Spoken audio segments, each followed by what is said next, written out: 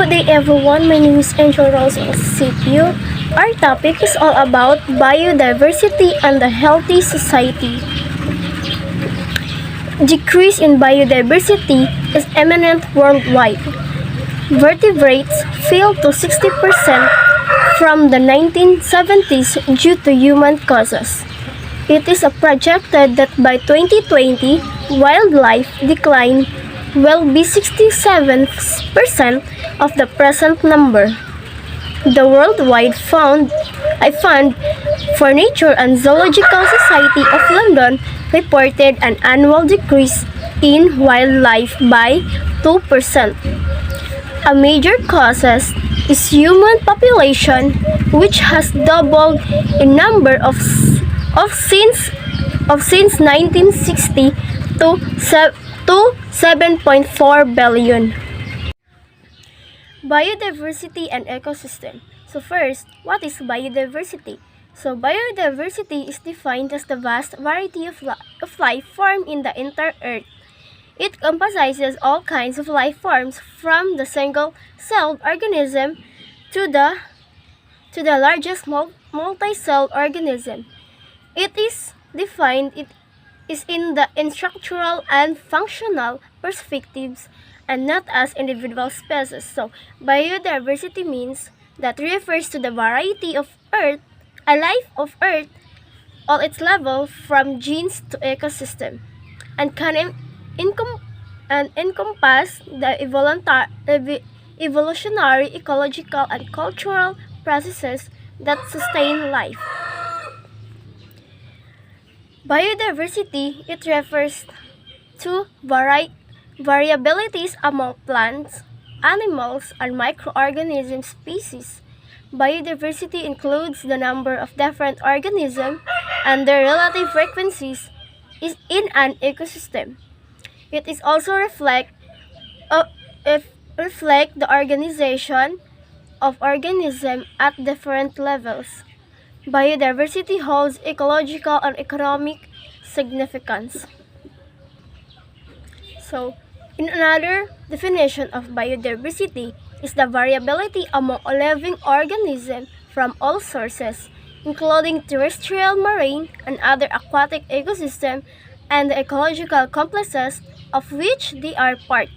This includes diversity within species, between species, and ecosystem. So next, what is ecosystem? An ecosystem or ecological system consists of all the organisms and the physical environment with which they interact. The biotic and abiotic components are linked together through nutrient cycle and energy flows. Energy enters the system through photosynthesis and it's incorporated into plant tissue by feeding on plants and one another. Animals play an important role in the movement of matter and energy through the system. They also influence the quantity of plant and microbial biomass present by breaking down dead organic matter. The decomposer release carbon back to atmosphere and facilitate nutrients cycling by converting nutrients stored in their biomass back to a form that can be readily used by plants and microbes. So, ang ecosystem is the biological community of interacting organisms and their physical environment. I am Kulanag Naniti, the next reporter. Changes in biodiversity. Alternation in any system could bring varied effect. Changes in biodiversity could have erratic effect not only in wildlife or marine life but also in human being. So like for example, sa mga humans inhabiting, the forest will disturb the natural order of life. So ang biodiversity is declining rapidly due to the land use change, climate change, invasive species, overexploitations, and pollution. So, the most important causes of the altered biodiversity are the factors that can be regulated by changes in policy. So, napod siya ka ng immersion of greenhouse gases, mga use of change and species introduction. So, one of the major trends of or in global biodiversity change is the increased homogenerations of plant and animal diversity owing to the biotic exchange. So there are 5 threats to biodiversity. First, we have the habitat loss and distractions. Second, the alternation in ecosystem composition. Third, we have the overexploitations. Fourth, we have the population and contamination. Fifth, or the last, is the global climate change. So, first, we have the habitat loss and destruction. So, major contributing factor is the inhabitations of human beings and the use of the land for economic gains. So, ang habitat loss can usually be placed in the 3 categories. So, there is habitat destruction, which is done by completely removing the trees and the plants and instantly changing in the landscape. So, mass deforestation by cutting down trees is the prime example of this. So, mao na siya example. So, ang habitat destruction po di is occur when natural habits are no longer able to support the species present, na resulting in the kanang displacement or gitawag nga destructions of its biodiversity. So, ang kaning habitat destruction is gitawag ni siya habitat loss and habitat reduction. Mo ni siyang is the process by which sa mga natural habits becomes incapable of supporting its native species. Also, ang habitat loss po siya is nag-occur when natural habits are converted to the human uses. Second, we have the alternation in ecosystem composition. Alternation and sudden changes, either within species groups or within the environment, could begin change entire ecosystem.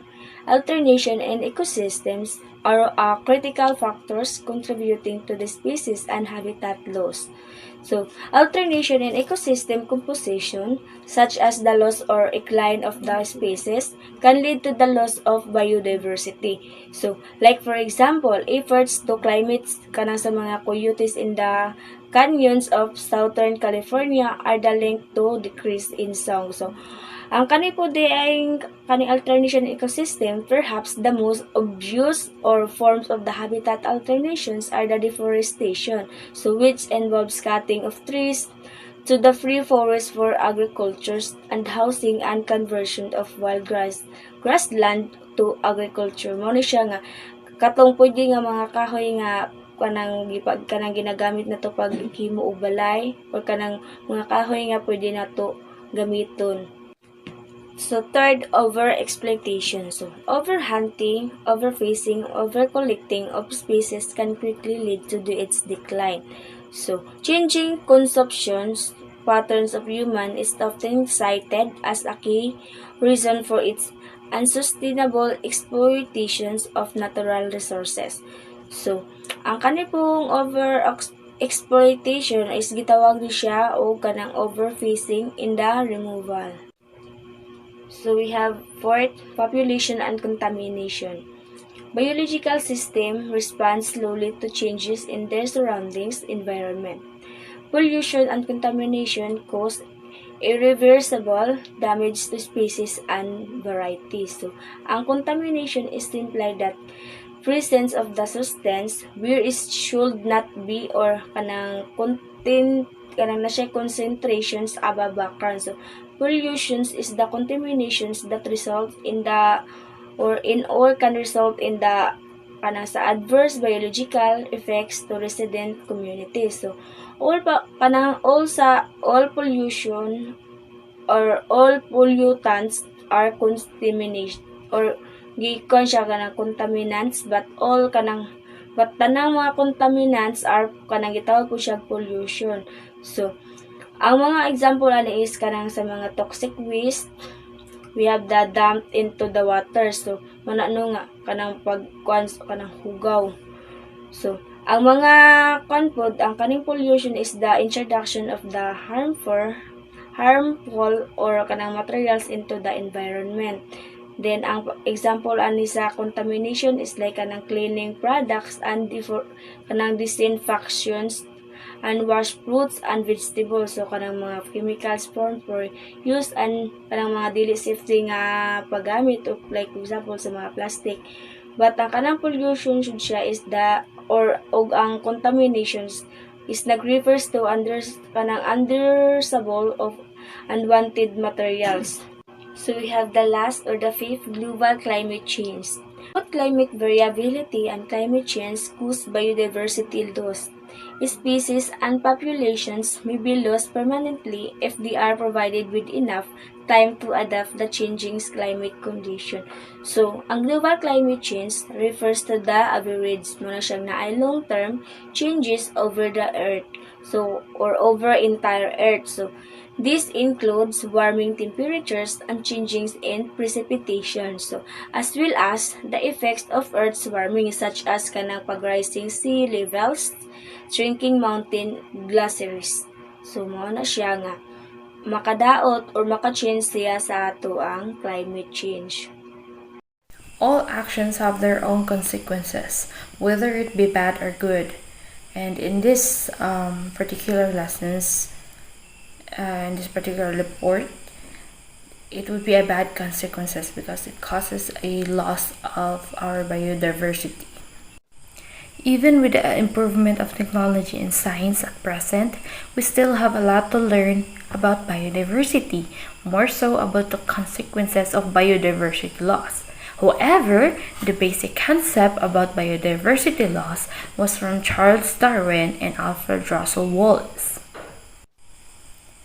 According to the Rainforest Conservation Fund of 2017, an intact ecosystems function best since the organisms composing them are specialized to function in that ecosystem to capture, transfer, utilize, and ultimately lose both energy and nutrients. The particular species making up an ecosystem determine its productivity, affect nutrient cycles and soil contents, and influence environmental conditions such as water cycles, weather patterns, climate, and other non-biotic aspects.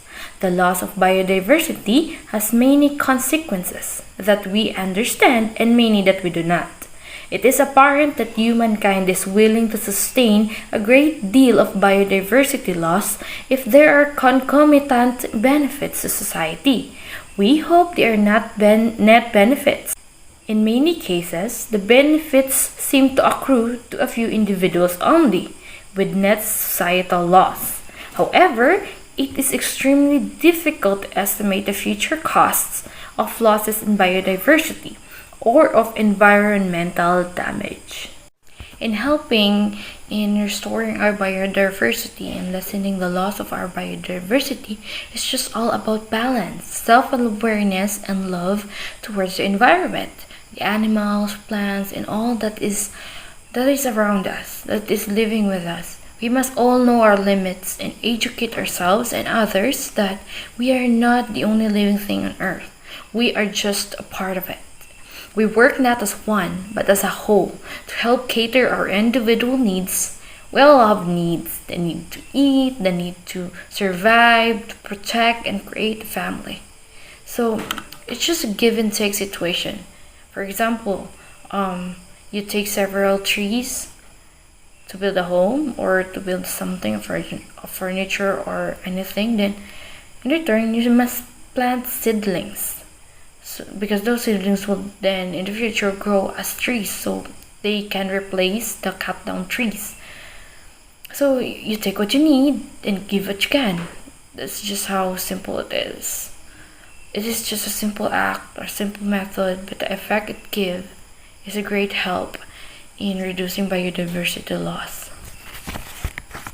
Because we human beings depends greatly in our ecosystem, and because of this, we tend to just take from it, causing so much damage that resulted to the reduction of our biodiversity.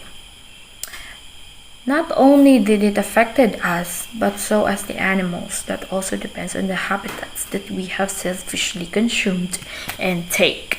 So yes, it is very important that we cultivate the resources that we have properly and cultivate it to have a vegetable that is fresh and very well grown. But we also do this not only for ourselves but also to help our fellow living creatures. It is very important also to not only think for ourselves but also to think for the animals, insects, everything that is living in the ecosystem, living within our surroundings, because they too needed these crops, needed these plants to survive. As stated by Tillman, the Earth will retain its most striking feature, its biodiversity, only if humans have the prescience to do so. This will occur, it seems, only if we realize the extent to which we use our biodiversity. So it is really important that we humans are aware of how we use and our resources, our environment. Nutritional impact of biodiversity to us humans. According to the World Health Organization, biodiversity is a vital element of a human being's nutrition because of its influence to food production. Biodiversity is a major factor that contributes to sustainable food production for human beings. A society or a population must have access to a sufficient variety of nutritious food, as it is a determinant of their health as human beings. It is very important that we human beings have access to nutritious foods, because if you have access to this nutritious foods that contains many nutrients, then it can help decrease the possibilities of illnesses or any diseases. When it comes to foods, it has a variety or cultivars or breeds. Even if it came from the same type of food, the nutritional composition of it can differ dramatically, which will affect the micronutrient availability of the diet. So even if it is the same food, but it was modified or it was turned into a hybrid, which means another type of breed of it is hybrid into one another, then the nutrients that are in that new type of breed will differ, and the micronutrients or the nutrient vitamins that is in it will differ. It may increase or it may lose some nutrients from the original, but still have some of the nutrients, and then added by the other type of breed, then that will create another micronutrient that will then change the diet. So in order to intensify and enhance food production, it will be done through irrigation, use of fertilizer, plant protection, or pesticides, meaning it protects the plants or the crops from any pests or insects, or the introduction of crop varieties in cropping patterns affect biodiversity and thus impact global nutrition status and human health. Habitat simplification, species loss, and species successions often enhance communities' vulnerabilities as a function of environmental receptivity to ill health. So it is very important that we humans also help in doing more, in developing more things or ways that can help our crops or the vegetables or any plants that we intake. So good day everyone. So the summary of our report. So our topics about biodiversity and healthy society. So biodiversity is what we call this what we see around us na help us support our daily lives. It helps us with the environment's healthy, like our plants around us, the animals that helps us, and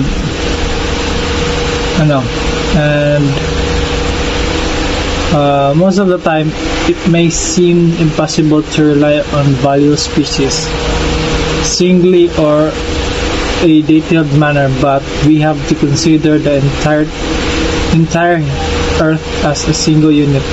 A loss of a single-celled species or a family of wild grass can have adverse effects in the entire biosphere.